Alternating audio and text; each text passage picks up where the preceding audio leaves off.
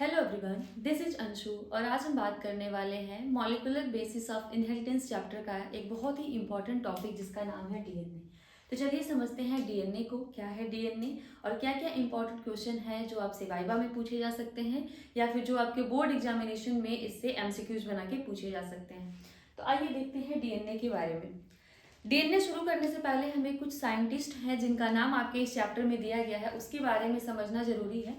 तो मैंने एक ही साथ सारे साइंटिस्ट का नाम लिख लिया है कि इन्होंने क्या डिस्कवरी किया था। तो एक बार समझ लेते हैं, थोड़ा सा ओवरव्यू ले लेते हैं। कभी कभी एग्जामिनर पूछ लेते हैं कि ये बताइए कि न्यूक्लियन वर्ड किसने दिया था, सबसे पहली बार न्यूक्लिक एसिड वर्ड किसने दिया था, डीएनए की डिस्कवरी किसने किया था। तो ये सब क्वेश्चंस आ जाते हैं। तो चलिए समझते हैं कि सबसे पहले ये जो आपको साइंटिस्ट दिख रहे हैं बेटा जी, मिशर जो साइंटिस्ट थे, उन्होंने एक पस सेल होता है जो मवाद कोशिकाएं होती हैं, पस सेल में सबसे पहले कुछ देखा कि इस सेल के अंदर कुछ दिखाई दिया उनको माइक्रोस्कोप के अंदर, मतलब कि सेल के सेंटर में उन्हें कुछ दिखाई दिया और उसको उन्होंने एक नाम दे दिया जिसको बोला जाता है न्यूक्लियन। तो बस आपको ये याद रखना है कि न्यूक्लियन टर्म जो है वो दिया है मिशर ने। कहाँ से दिया है बेटा? तो ये पस सेल जो होती थी वहां से उन्होंने इसको ऑब्जर्व किया था। ठीक है, इस न्यूक्लियन को मिशर ने नाम दिया कि न्यूक्लियन पस सेल में पाई जाती है। इसके बाद एक साइंटिस्ट आए जिनका नाम था अल्टमान। तो ये नाम सबसे इंपॉर्टेंट है, अल्टमान। इस साइंटिस्ट ने इसी न्यूक्लियन का केमिकल स्ट्रक्चर रीड किया कि इस न्यूक्लियन का केमिकल स्ट्रक्चर क्या है, इसके बारे में स्टडी किया और ये देखा कि इसका जो नेचर है वो कैसा है, एसिडिक नेचर है। एसिडिक का मतलब अम्लीय प्रकार का है। क्योंकि इसका नेचर इनको एसिडिक मिल गया, इसी वजह से अल्टमैन ने इसका नाम चेंज कर दिया और ये नाम दे दिए वो न्यूक्लिक एसिड। जो नाम हम आज भी पढ़ते हैं कि न्यूक्लिक अम्ल यानी कि न्यूक्लिक एसिड, ये टर्म पहली बार दिया गया बेटा जी अल्टमैन के द्वारा। क्यों दिया गया? क्योंकि मिशर ने जिस न्यूक्लियन का खोज किया था उसी न्यूक्लियन का जब केमिकल स्ट्रक्चर यानी कि रासायनिक संरचना और उसका नेचर देखा गया तो वो अम्लीय प्रकार का मिला और ऊपर से ये सेल के सेंटर में प्रेजेंट था। दैट इज वाई अल्टमैन ने बोल दिया कि आज से इसका नाम क्या हो जाएगा, न्यूक्लिक एसिड हो जाएगा। और हमें पता है कि अभी हम आज के डेट में दो प्रकार के न्यूक्लिक एसिड को देखते हैं, एक है हमारा डीएनए और एक है कौन सा, आरएनए। तो अभी यहाँ पे ये क्लियर कर लो कि न्यूक्लिक एसिड दो प्रकार के होते हैं, एक है डीएनए और दूसरा कौन है, आरएनए। कहाँ पाया जाता है न्यूक्लिक एसिड बेटा? तो कोशिकाओं के सेंटर में न्यूक्लिक एसिड पाया जाता है। समझ में आ गया बेटा? सेल के अंदर न्यूक्लिक एसिड है, किसमें, न्यूक्लियस के अंदर है।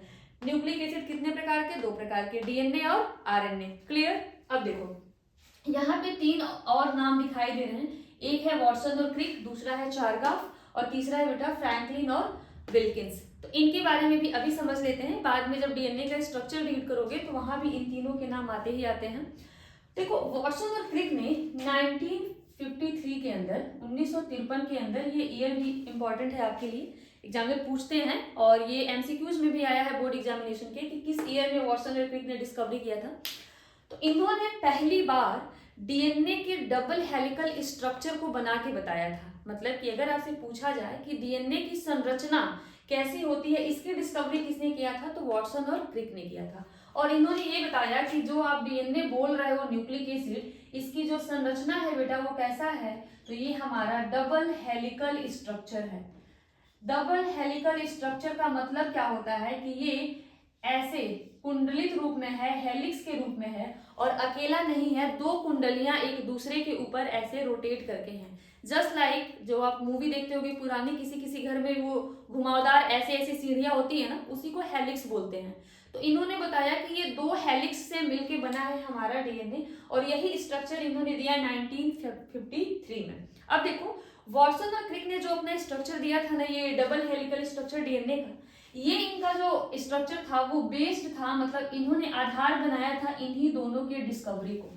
मतलब कि वॉटसन और क्रिक से पहले ये लोग काम कर चुके थे, इसके बाद वॉटसन और क्रिक ने इन्हीं दोनों की डिस्कवरी को देख के, पढ़ के, सुन के अपना ये वाला मॉडल दिया डबल हेलिकल स्ट्रक्चर का। और उन्होंने मेंशन भी किया कि हमारा ये जो डबल हेलिकल स्ट्रक्चर का मॉडल है डीएनए का, वो बेस्ड है रोजालिंड फ्रैंकलिन और विल्किंस के, जो उन्होंने अपना दिया था कुछ थियरी और चारगाफ के रूल पे, इसी पे बेस्ड उन्होंने क्या दिया था अपना ये डबल हेलिकल स्ट्रक्चर। तो इतना क्लियर हो गया बेटा आपको कि मिशर का नाम न्यूक्लियन से जुड़ा हुआ है, अल्टमान का नाम न्यूक्लिक एसिड से जुड़ा हुआ है, दो प्रकार के न्यूक्लिक एसिड, डीएनए और आरएनए। तीसरा वॉटसन और क्रिक का नाम किससे जुड़ा हुआ है बेटा, तो डबल हेलिकल स्ट्रक्चर जो डीएनए का है उसकी डिस्कवरी से जुड़ा हुआ नाम है वॉटसन और क्रिक का। और थोड़ा सा चारगाफ के बारे में जान जाते हैं। तो चारगाफ ने एक रूल दिया था, एक नियम दिया था, और वो नियम ये था कि जो डीएनए है ना, डीएनए के अंदर कुछ बेसिस पाए जाते हैं, नाइट्रोजनस बेस पाए जाते हैं, अभी हम उसको और डिटेल में पढ़ेंगे। तो उन्होंने उसी बेसिस को आधार बना के एक नियम दिया था। जब अभी मैं यहाँ बेसिस पढ़ा दूंगी फिर मैं इनका नियम आपको पढ़ाऊंगी। अभी आप ये समझिए कि चारगाफ ने एक नियम दिया था, किसके लिए? नाइट्रोजनस बेसिस जो डीएनए का है उस पर आधारित। और चारगाफ जो नियम है वो हमेशा उन्हीं स्ट्रक्चर पे काम करेगा या उन्हीं न्यूक्लिक एसिड पे काम करेगा बेटा जो डबल स्ट्रैंडेड हैं। तो ये आपको अभी यहाँ पे बस ये याद रखना है कि चारगाफ का नियम हमेशा और हमेशा डबल स्ट्रैंडेड डीएनए पर ही काम करेगा, कभी भी आरएनए पे ये नियम काम नहीं करेगा, क्योंकि आरएनए हमारा सिंगल स्ट्रैंडेड होता है, मतलब एक ही उसमें कुंडलिनी होती है। तो अभी आपने देखा वॉटसन और क्रिक ने डबल हेलिकल स्ट्रक्चर दिया है, और चारगाफ ने बताया ही है कि मेरा नियम जिसपे काम करेगा वो कैसा होना चाहिए? डबल स्टैंडर्ड होना चाहिए। तो सिंपल सी बात है, ये वाला जो रूल है वो वॉटसन और क्रिक के मॉडल वाले स्ट्रक्चर पे काम करेगा ही करेगा, क्योंकि ये डबल हेलिकल है और ये नियम काम करता है किसी पे? डबल स्टैंडर्ड वाले पे ही काम करता है। तो ये हमारा क्लियर हो गया। अगेन जो हमारे ये लोग थे रोजालिंड फ्रैंकलिन, ये एक लेडी हैं और इनके साथ विल्किंस थे। इन्होंने क्या किया था बेटा? तो इन्होंने एक्सरे डिफ्रैक्शन के थ्रू, ये याद रखना है आपको, एक्सरे डिफ्रैक्शन के थ्रू डीएनए का स्ट्रक्चर निकाला था, और इसी स्ट्रक्चर को बाद में वॉटसन और क्रिक ने अच्छे से रूपांतरित करके ये वाला डबल हेलिकल मॉडल दिया। तो देखो क्वेश्चन इससे कैसे आएंगे। क्वेश्चन ये पूछा जाता है कि एक्सरे डिफ्रैक्शन वाला जो स्ट्रक्चर था डीएनए का वो किसने दिया था? तो आपको बताना है रोजालिंड फ्रैंकलिन और विल्किंस ने दिया था। अगर आपसे पूछ लिया जाए कि चारगाफ रूल किस पे काम करता है, तो डीएनए पे काम करता है। किस डीएनए पे काम करता है बेटा? तो डबल स्ट्रैंडेड डीएनए पे करता है, सिंगल पे कभी नहीं करेगा। दूसरा, वॉटसन और क्रिक ने कौन सा मॉडल दिया है? तो डबल हेलिकल स्ट्रक्चर मॉडल दिया है। किस ईयर में दिया है? तो 1953 में दिया है। किस पे आधारित इनका ये डबल हेलिकल स्ट्रक्चर है? तो चारगाफ के नियम और फ्रैंकलिन और विल्किंस के एक्सरे डिफ्रैक्शन स्ट्रक्चर, इन दोनों पर आधारित है वॉटसन और क्रिक का नियम। उसके बाद अल्टमन ने न्यूक्लिक एसिड टर्म दिया था और मिश्र ने कौन सा दिया था? तो न्यूक्लियन टर्म दिया था। तो ये जो पूरा एक आधार है डीएनए पढ़ने का, ये आपका पूरा क्लियर हो जाना चाहिए। क्लियर है? अब समझते हैं हम डीएनए के बारे में। ध्यान से देखो, डीएनए यानी कि न्यूक्लिक एसिड। न्यूक्लिक एसिड का मतलब है कि न्यूक्लियस में प्रेजेंट होगा। तो पहले देख लेते हैं न्यूक्लियस कहाँ प्रेजेंट होगा। तो ये एक कोशिका है, मान लो ये एक सेल है, ये पूरा देख रहे हो ना, ये सेल है। सेल के अंदर बेटा न्यूक्लियस होता है। न्यूक्लियस का मतलब नाभिक, नाभिक का मतलब केंद्रक। तो किसी हर एक कोशिका के अंदर क्या होगा? एक केंद्रक होगा, न्यूक्लियस होगा। उस न्यूक्लियस के अंदर उस जीव का जेनेटिक पदार्थ होता है, मतलब आनुवंशिक पदार्थ होता है। ऐसा पदार्थ जो कि उस जीव के माता पिता से कुछ लक्षणों को उसके में ट्रांसफर कराता है, उसी को हम बोलते हैं आनुवंशिक पदार्थ। और हमेशा वो आनुवंशिक पदार्थ उस जीव के केंद्रक में प्रेजेंट होता है, जिसको कि हम बोलते हैं डीएनए। तो अगर आपसे पूछ लिया जाए कि डीएनए क्या है, तो डीएनए किसी भी जीव का आनुवंशिक पदार्थ होता है जो कि उसके माता पिता से उसके आनुवंशिक लक्षणों को उस जीव के अंदर क्या करता है? ट्रांसफर करता है, यानी कि पहुंचाता है। ठीक है बेटा जी। तो हमने देखा डीएनए क्या है। डीएनए हमारे न्यूक्लियस के अंदर पाया जाने वाला एक जेनेटिक मटेरियल है, आनुवंशिक पदार्थ है। इतना बता लोगे? अगर आपसे पूछ लिया जाए डीएनए क्या है, तो इतना तो बोल सकते हो बेटा कि डीएनए न्यूक्लियस के अंदर पाया जाने वाला एक आनुवंशिक पदार्थ होता है। इंग्लिश वाले बता देंगे कि डीएनए हमारे न्यूक्लियस के अंदर प्रेजेंट होता है और ये किसी भी ऑर्गेनिज्म का जेनेटिक मटेरियल होता है। चलो, डीएनए के बारे में अगर इतनी चीजें जान गए हो तो और मैं इसको आसान बना देती हूँ कि किसी भी चीज का, चाहे डीएनए पढ़ो चाहे आरएनए पढ़ो, जब भी हम पढ़ने जाते हैं तो हमें कुछ ना अपने दिमाग में छोटे छोटे हेडिंग्स बना लेने चाहिए, और उस हेडिंग्स के आधार पर जब हम याद करते हैं ना तो हमें और अच्छे से याद होता है। जस्ट लाइक मान लो डीएनए पढ़ना है तो सबसे पहले हम डीएनए का नेम पढ़ेंगे कि डीएनए का नाम क्या है। भाई डीएनए तो शॉर्ट फॉर्म है ना, तो डीएनए का पूरा नाम क्या है? तो डीएनए का पूरा नाम है बेटा डीऑक्सी राइबो न्यूक्लिक एसिड। ये हर एक बच्चे को याद होगा, मुझे ये पूरा विश्वास है कि जो भी ये वीडियो देख रहा है उसको 100% ये नाम याद होगा कि डीएनए का पूरा नाम है डीऑक्सी राइबो न्यूक्लिक एसिड। इसके अलावा देखो हमें इसका लोकेशन पता होना चाहिए। कुछ भी पढ़ो, चाहे आप पढ़ रहे हो आरएनए, उसका भी आपको लोकेशन पता होना चाहिए। तो डीएनए का लोकेशन खुद ही हम देख रहे हैं कि कहाँ है बेटा, ये न्यूक्लियस के अंदर है। तो यहीं पे लिख दो कि इसका लोकेशन कहाँ है बेटा जी, ये न्यूक्लियस के अंदर प्रेजेंट होता है। तीसरी हेडिंग बनाओ कि इसका स्ट्रक्चर कैसा होता है, दिखने में डीएनए कैसा होगा भाई, दिखने में कैसा होगा ये। अभी हमने देखा है कि दिखने में ये ऐसे हेलिकल होता है, कुंडलन वाला आकार का होता है। तो लिख दो स्ट्रक्चर इसका कैसा होता है बेटा, हेलिकल होता है। ये सीधा नहीं है, ये ऐसे टेढ़ा मेढ़ा होता है। और हेलिकल में भी अभी हमने देखा था कि ये डबल हेलिकल होता है, मतलब दो हेलिक्स एक दूसरे के ऊपर होते हैं। तो स्ट्रक्चर इसका कैसा है बेटा, डबल हेलिकल स्ट्रक्चर होता है डीएनए का। अभी देखो हम डीएनए का पूरा डेफिनेशन यहीं से निकाल देंगे। डीएनए का पूरा नाम डीऑक्सीराइबोन्यूक्लिक एसिड, प्रेजेंट है न्यूक्लियस के अंदर, स्ट्रक्चर उसका कैसा है, डबल हेलिकल स्ट्रक्चर है। इसके अलावा देखो फंक्शन क्या है, अभी मैंने बताया फंक्शन इसका यही है, यानी कि कार्य इसका क्या है कि आनुवंशिक लक्षणों को माता पिता से संतान में क्या कराना, ट्रांसफर कराना।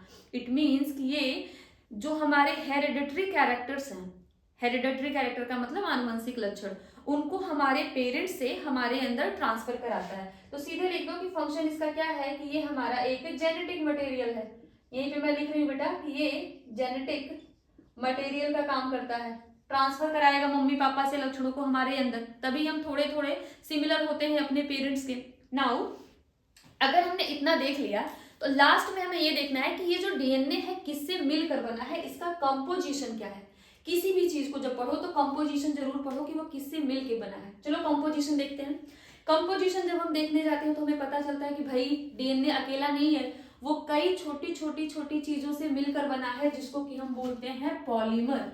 पॉलीमर का मतलब क्या होता है कि कई सारे मोनोमर जब आपस में ऐसे मिलेंगे, मतलब कई सारी एकल इकाइयां ऐसे मिलेंगी, तब जाके पॉलीमर बनता है। तो ये किसका पॉलीमर है, अभी तो मैंने बोल दिया कि ये हमारा एक बहुलक है। पॉलीमर का मतलब हिंदी में लिख लो बहुलक है ये, मगर किसका बहुलक है ये, तो ये बेटा जी न्यूक्लियोटाइड का बहुलक है। मान लो ये एक न्यूक्लियोटाइड था, तो कई सारे न्यूक्लियोटाइड को जब हम आपस में ऐसे जोड़ देते हैं तो हमारा क्या बन जाता है, इस स्ट्रक्चर को हम बोल देते हैं पॉलीन्यूक्लियोटाइड। तो अभी देखो हमने क्या पढ़ा कि डीएनए हमारा एक पॉलीमर है। किसका पॉलीमर है, तो न्यूक्लियोटाइड का पॉलीमर है। तो न्यूक्लियोटाइड के पॉलीमर के लिए एक नाम हमने दे दिया कि पॉलीन्यूक्लियोटाइड। तो हमारा डीएनए क्या है बेटा, डीएनए हमारा एक पॉलीन्यूक्लियोटाइड है जो कि न्यूक्लियस के अंदर प्रेजेंट होता है और डबल हेलिकल स्ट्रक्चर वाला होता है। और ये काम क्या करता है, तो वो किसी भी जीव का जेनेटिक मटेरियल होने का काम करता है। देखो इन 5 लाइन से आपने एक डेफिनेशन बना लिया। तो डीएनए क्या हो गया, पॉलीन्यूक्लियोटाइड। अब जब बात न्यूक्लियोटाइड की आ गई है तो थोड़ा सा समझ लेते हैं कि न्यूक्लियोटाइड क्या है, क्योंकि कभी कभी पूछा जाता है आपसे कि न्यूक्लियोटाइड क्या है। बोर्ड एग्जाम में आ जाएगा, टिप्पणी लिखिए न्यूक्लियोटाइड पे, न्यूक्लियोसाइड पे। तो चलो यहाँ पे एकदम आसान से मैं समझाती हूँ न्यूक्लियोटाइड के बारे में। टाइड लिखा है ना, बार बार मैं इसी पे फोकस कर रही हूँ, न्यूक्लियोटाइड। टाइड से याद कर लेना, ये जो टाइड है ना कि ये 3 चीजों से मिलकर बना है। टी से याद कर लेना 3, या फिर टी से आप 3 भी याद कर सकते हो। तो न्यूक्लियोटाइड हमारा 3 चीजों से मिलकर बना होता है बेटा जी। मैं इधर से दिखा रही हूँ, देखो न्यूक्लियोटाइड 3 चीजों से मिलकर बना है। एक है उसको बोलते हैं नाइट्रोजनस बेस, मतलब कि नाइट्रोजन युक्त क्षारक। न्यूक्लियोटाइड के एन से ले लेना नाइट्रोजनस बेस। तो न्यूक्लियोटाइड 3 चीजों से मिलकर बना है। एक है नाइट्रोजनस बेस, दूसरा बेटा होता है एक शुगर, यानी कि समझ लो कि कार्बोहाइड्रेट है इसके पास। इसके अलावा इसके पास होता है present phosphoric acid. Phosphoric acid का फॉर्मूला आई होप कि आप लोगों को पता होगा, H3PO4। और इसका स्ट्रक्चर भी मुझे उम्मीद है कि आप लोगों को बनाना आता होगा। पी को सेंटर में रखते हैं, जैसे मैं यहाँ पे बना के आपको दिखा दूं। H3PO4 का स्ट्रक्चर कैसे बनाओगे, केमिस्ट्री सब पढ़ ही रहे हो बेटा, आप लोग को इतना पता होना चाहिए। ये है H3PO4 का स्ट्रक्चर, P है 4 बार O है, H3 दिख गया, ठीक है। तो देखो इसके पास इतनी सारी चीजें प्रेजेंट होती है। न्यूक्लियोटाइड बनाने के लिए 3 चीज चाहिए, नाइट्रोजनस बेस, इसके अलावा आपको शुगर चाहिए, शुगर के साथ आपको फास्फोरिक एसिड चाहिए। अब यहाँ पे मैंने एसिड लिखा है ना, फास्फोरिक एसिड, यहीं से एक टर्म समझ जाओ, हमारा जो डीएनए है ना वो एसिडिक नेचर का होता है। मतलब डीएनए के बारे में जब देखोगे तो उसकी प्रकृति कैसी होती है, अम्लीय होती है। और ये आपसे पूछा जाता है कि डीएनए कैसा होता है, क्षारीय होता है कि अम्लीय होता है।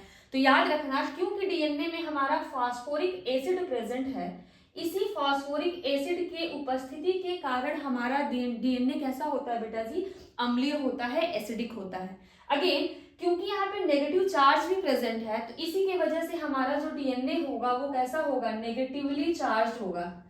तो डीएनए की दो खासियत आपको पता चल गई कि एक तो हमारा डीएनए अम्लीय प्रकार का होता है, मतलब प्रकृति या नेचर उसका क्या होता है, एसिडिक होता है। दूसरा, डीएनए पे चार्ज कैसा होता है, तो डीएनए पे नेगेटिव चार्ज होता है, हमेशा माइनस या फिर ऋणायन प्रेजेंट होता है डीएनए के पास। तो ये क्वालिटी आई कहाँ से है, तो ये क्वालिटी इनकी आई है फास्फोरिक एसिड के प्रेजेंट होने की वजह से। और ये फास्फोरिक एसिड आया कहाँ से है, क्योंकि ये फास्फोरिक एसिड ही जब मिलेगा इन दोनों के साथ, मतलब कि नाइट्रोजनस बेस और शुगर के साथ, तब ये बनाएगा न्यूक्लियोटाइड। और कई सारे न्यूक्लियोटाइड जब मिल जाएंगे तो ये बनाएंगे हमारे पॉलीन्यूक्लियोटाइड, और पॉलीन्यूक्लियोटाइड को ही हम डीएनए बोलते हैं। क्लियर है बेटा? नाउ अब देखो, यहाँ मैंने लिखा है नाइट्रोजनस बेस, यहाँ मैंने लिखा है शुगर, यहाँ फास्फोरिक एसिड। यहाँ वाला पार्ट हमने पूरा समझ लिया। अब थोड़ा सा नाइट्रोजनस बेस और शुगर को समझते हैं।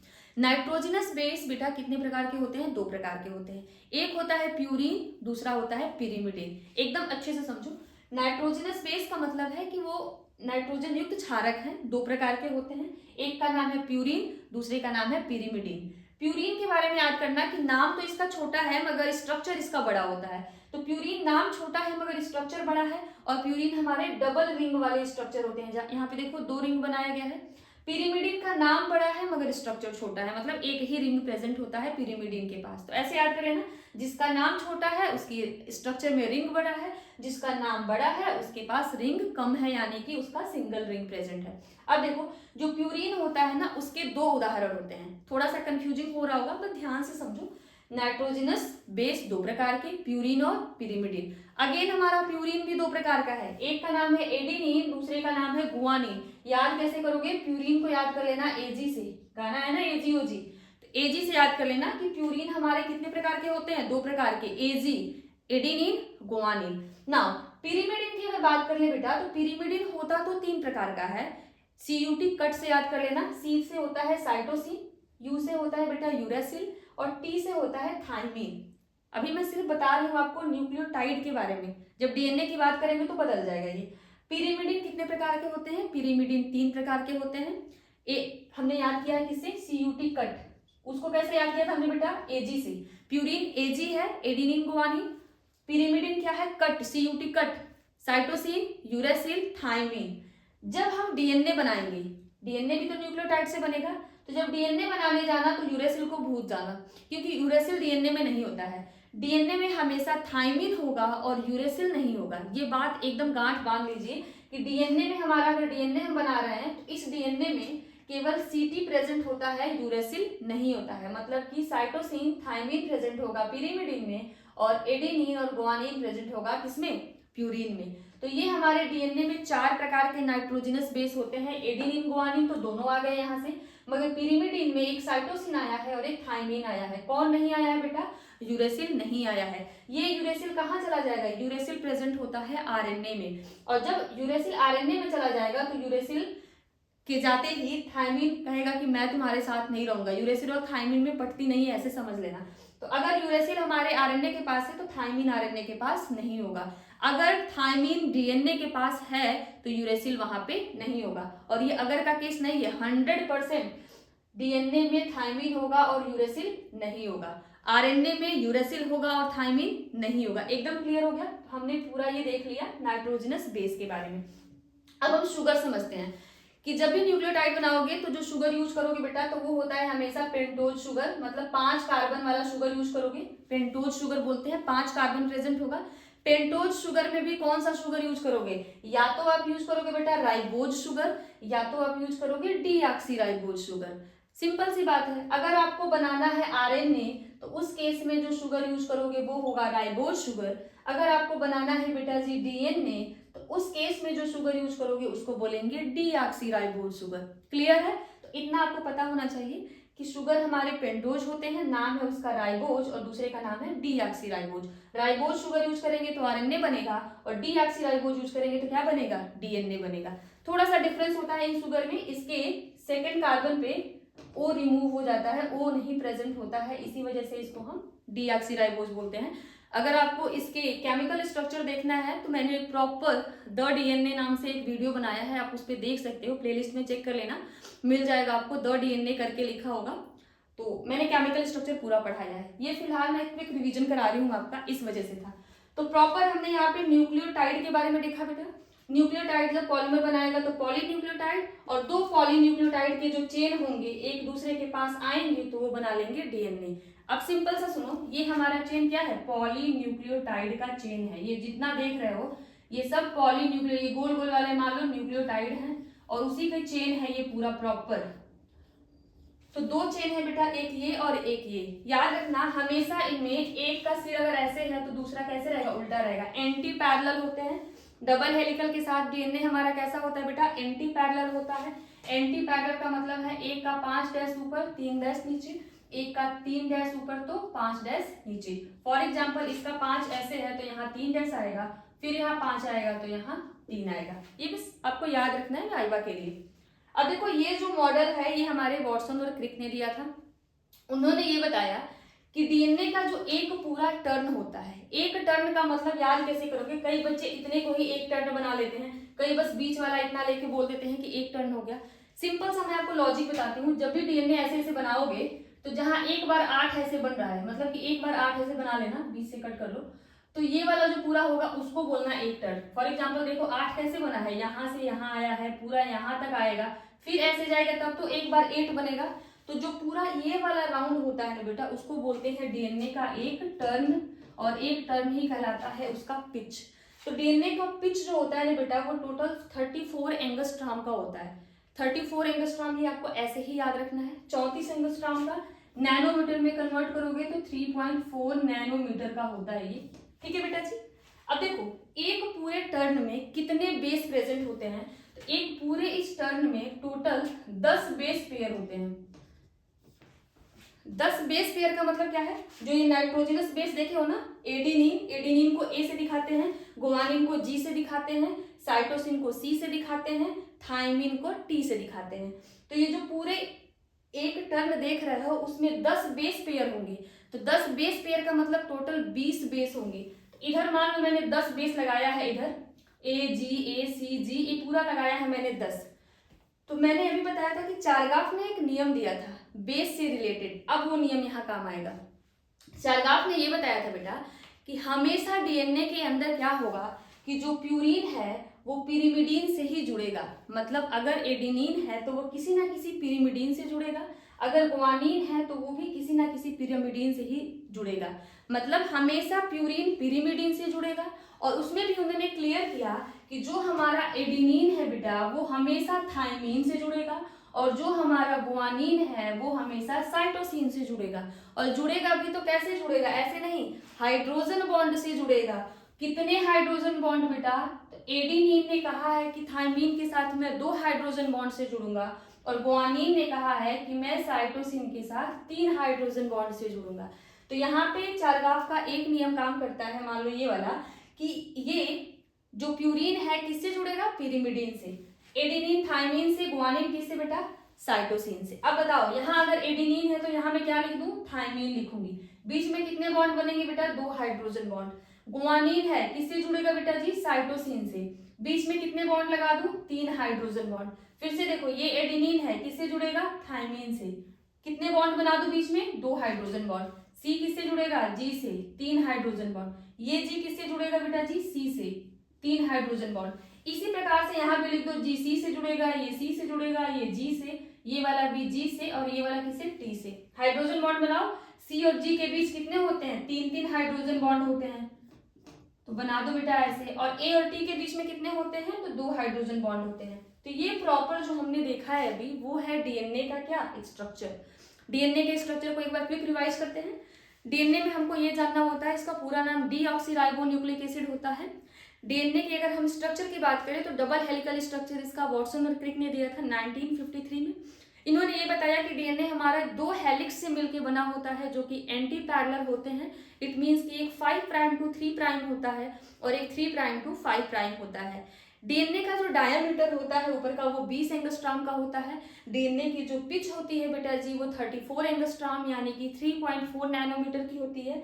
और 2 बेस पेयर के बीच का जो डिफरेंस होता है, हर एक 2 बेस पेयर के बीच में जो डिफरेंस आएगा बेटा वो 3.4 एंगस्ट्रॉम का आएगा। क्योंकि देखो 34 एंगस्ट्राम में 10 बेस पेयर है, तो सिंपल सी बात है 2 के बीच का डिफरेंस कितना होगा, तो 34 को 10 से भाग दे दो, आ जाएगा हमारा 3.4 एंगस्ट्राम। क्लियर है बेटा, ये पूरा हमने डीएनए समझ लिया है।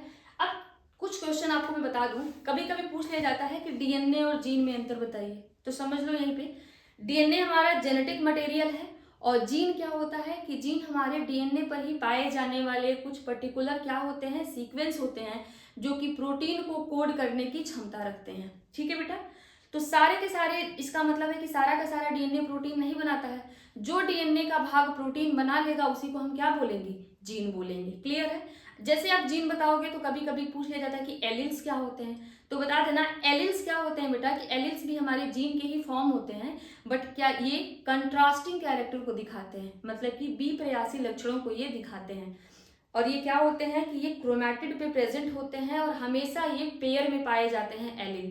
तो एलील क्या है, जीन के ही रूप होते हैं जो कि कंट्रास्टिंग कैरेक्टर को दिखाते रहते हैं। तो अभी हमने डीएनए जेनेटिक मटेरियल है सीखा, जीन डीएनए पे पाए जाने वाले कुछ छोटे खंड या सीक्वेंस हैं जो प्रोटीन बनाने की क्षमता रखते हैं।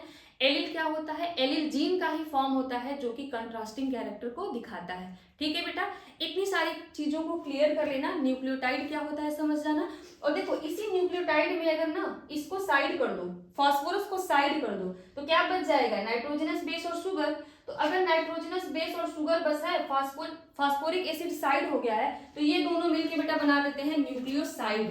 क्या बना देते हैं ये, न्यूक्लियोसाइड। क्यों न्यूक्लियोसाइड हो गया भाई, फास्फोरस को साइड कर दिया है, मतलब कि यहाँ पे नाइट्रोजनस बेस है और इसके साथ बस शुगर है, तो बेस और शुगर है तो साइड बनेगा, बेस शुगर फॉस्फेट तीनों है तो क्या बनेगा, टाइड बनेगा। तो न्यूक्लियोटाइड को याद करने का एक ट्रिक भी है, बीएसपी। बीएसपी एक पार्टी भी है ना, बहुजन समाजवादी पार्टी, इसी से याद कर लेना कि न्यूक्लियोटाइड हमारा बीएसपी है, बेस शुगर फॉस्फेट। जब फॉस्फेट साइड हो जाएगा और केवल बस बचेगा, मतलब बीएस बचेगा, तो ये हमारा हो जाएगा न्यूक्लियोसाइड। समझ में आ गया बेटा, ये पूरा का पूरा था आपका डीएनए के बारे में। आई होप कि मैंने आपको अच्छे से समझाया है। अगर आपको समझ में नहीं आया हो तो आप कमेंट में बताइएगा, मैं उसका आंसर करने की कोशिश करूंगी। और जो चैप्टर आपको टफ लगता है बेटा उसको बताना, मैं कोशिश करूंगी कि उसको ईजी लैंग्वेज में और अच्छे से समझा सकूं। Thank you and keep watching.